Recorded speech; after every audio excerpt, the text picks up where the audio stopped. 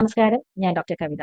ഇന്ന് ഡിസംബർ 1 ലോക എയ്ഡ്സ് ദിനം. HIV ഓർ എയ്ഡ്സ് എന്നതിനെക്കുറിച്ച് തെറ്റിദ്ധാരണകൾ മാറ്റുകയും ശരിയായ അറിവ് നൽകാനും ചെയ്യേണ്ട ഒരു സുപ്രധാന ദിവസം.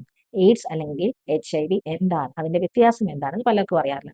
പലർക്കും സംശയം ഉണ്ടാകുന്നത് എയ്ഡ്സും HIVയും ഒരുപോലെ തന്നെയല്ലേ എന്നാണ്. HIV എന്ന് പറയുന്നത് ഹ്യൂമൻ ഇമ്മ്യൂണോ ഡെഫിഷ്യൻസി വൈറസ്. ശരീരത്തിലെ പ്രതിരോധശേഷി ആവുന്ന CD4 സെല്ലുകളിനെ ഗ്രാജുവലി കുറയ്ക്കുന്ന ഒരു വൈറസാണ്.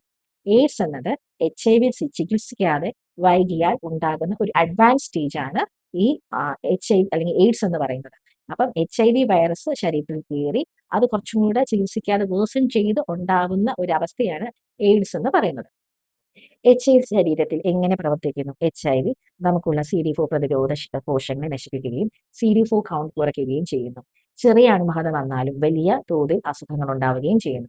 ഇമ്മ്യൂണിറ്റി കുറയുകയും ശരീരം രോഗപ്രതിരോധ ശേഷി കുറയുകയും ചികിത്സയില്ല എങ്കിൽ എയ്ഡ്സിലേക്ക് നയിക്കുകയും ചെയ്യുന്നു.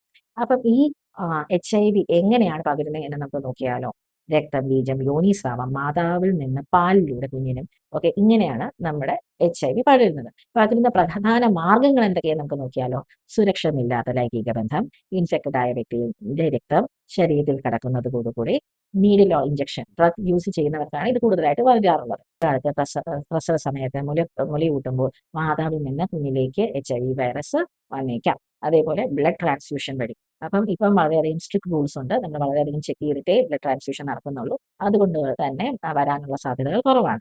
പിന്നെ HIV എങ്ങനെയൊക്കെ നമ്മളിപ്പം ശരിക്കും HIV എന്താന്ന് പറഞ്ഞു, അത് സ്പ്രെഡ് ചെയ്യുന്ന രീതി പറഞ്ഞു. ഇനി എങ്ങനെയൊക്കെ പകരില്ല എന്നും കൂടെ നമുക്ക് നോക്കിയാലോ? കൈ കൊടുക്കുന്നത് കൊണ്ട് നമ്മുടെ HIV പകരില്ല.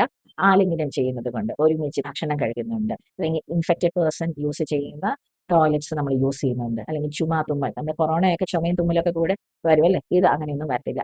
കൊതുകടി ഏൽക്കുന്നുണ്ട്, അല്ലെങ്കിൽ സാധാരണ സ്പർശനം നമ്മൾ തോളിൽ കൈയിടുക, അല്ലെങ്കിൽ ഷേക്ക് ഹാൻഡ് കൊടുക്കുക, അല്ലെങ്കിൽ ആലിംഗനം ചെയ്യുക. നമ്മുടെ നോർമൽ ടച്ച് വഴി നമ്മുടെ ഈ അസുഖം നമുക്ക് പകരില്ല. ഓക്കെ.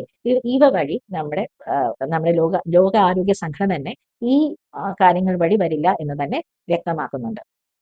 HIV ലക്ഷണങ്ങൾ. HIV തുടക്കത്തിൽ ലക്ഷണം ഒന്നും കാണാറില്ല. എന്നാൽ പിന്നീട് പനി, ക്ഷീണം, വരണ്ട ചുമ, ശരീരഭാരക്കുറവ്, തൊണ്ടവേദന, വ്രണങ്ങൾ, ക്ഷീണം, രാത്രി വിയർപ്പ്, ലിംഫ് ഗ്രന്ഥികൾ വീക്കം എന്നിവയോടുകൂടിയുള്ള ലക്ഷണങ്ങൾ കണ്ടുവരാറുണ്ട്. ശരീരഭാരം കുറയുന്നു, വയറിളക്കം, ക്ഷീണം, പനി തുടങ്ങിയവയെ എയ്ഡ്സ് ലക്ഷണങ്ങളിൽ ഉൾപ്പെടുന്നു. രോഗം ഗുരുതരമാകുമ്പോൾ ഇത് ന്യൂമോണിയ പോലുള്ള പല അസുഖങ്ങളിലേക്ക് കാരണമാകാറുണ്ട്. HIV കണ്ടെത്താൻ ഉപയോഗിക്കുന്ന പ്രധാന പരിശോധനകൾ ഏതൊക്കെയാണ്? ELISA or rapid antibody test, western blot, അല്ലെങ്കിൽ viral load test, CD4 count. നമുക്ക് ഈ ടെസ്റ്റുകൾ വഴി നമുക്ക് കണ്ടെത്താം. ചികിത്സ എന്തൊക്കെയാണ്? ART, anti retroviral therapy. Okay. ഇന്ന് HIV ഉള്ളവർ മരണത്തിലേക്ക് പോകാറില്ല. ഇതിനെതിരെയുള്ള മരുന്നുകൾ ഇപ്പൊ ലഭ്യമാണ്. അത് വളരെ ഫലപ്രദവുമാണ്. ART, ആന്റി റിട്രോവയലറ്റ് തെറാപ്പി ശരിയായി എടുക്കുകയാണെങ്കിൽ വൈറസ് നിയന്ത്രിക്കാൻ നമുക്ക് ഒരുപാടധികം സഹായിക്കുന്നതാണ്. നമ്മുടെ ആരോഗ്യത്തെ മെച്ചപ്പെടുത്താനും ജീവിതത്തിന് നല്ല മാറ്റവും ഉണ്ടാകാനും ഇത് സഹായിക്കുന്നു. ART സമയം തെറ്റാതെ സ്കിപ്പ് ചെയ്യാതെ കഴിക്കുകയാണെങ്കിൽ നമ്മുടെ ശരീരത്തിന് അത്യന്തം പ്രതിരോധ ശക്തി ഉണ്ടാവുകയും അത് എയ്ഡ്സിലേക്ക് പോകാതിരിക്കാനും സഹായിക്കുന്നു.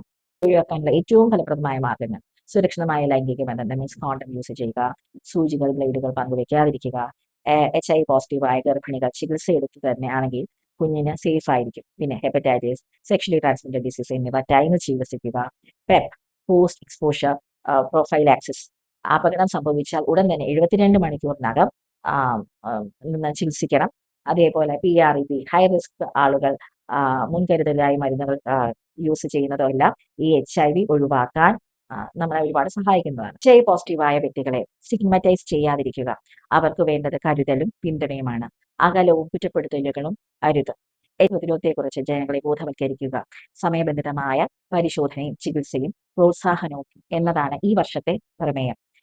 HIV ഒരു വൈറസാണ്, ശിക്ഷയല്ല. ബോധവൽക്കരണം, പരിശോധന, ചികിത്സ, കാരുണ്യം, ഇതാണ് എയ്ഡ്സിനെ തടയാനുള്ള വഴികൾ. ഈ വീഡിയോ നിങ്ങൾക്ക് വളരെ ഇൻഫോർമേറ്റീവ് ആണ് എന്ന് തന്നെ ഞാൻ കരുതുന്നു. ഹെൽത്ത്, സൈക്കോളജി, ക്രിയേറ്റീവ് വീഡിയോകൾക്ക് എന്റെ ചാനൽ സബ്സ്ക്രൈബ് ചെയ്യുമല്ലോ. Thank you all. Stay safe, stay healthy.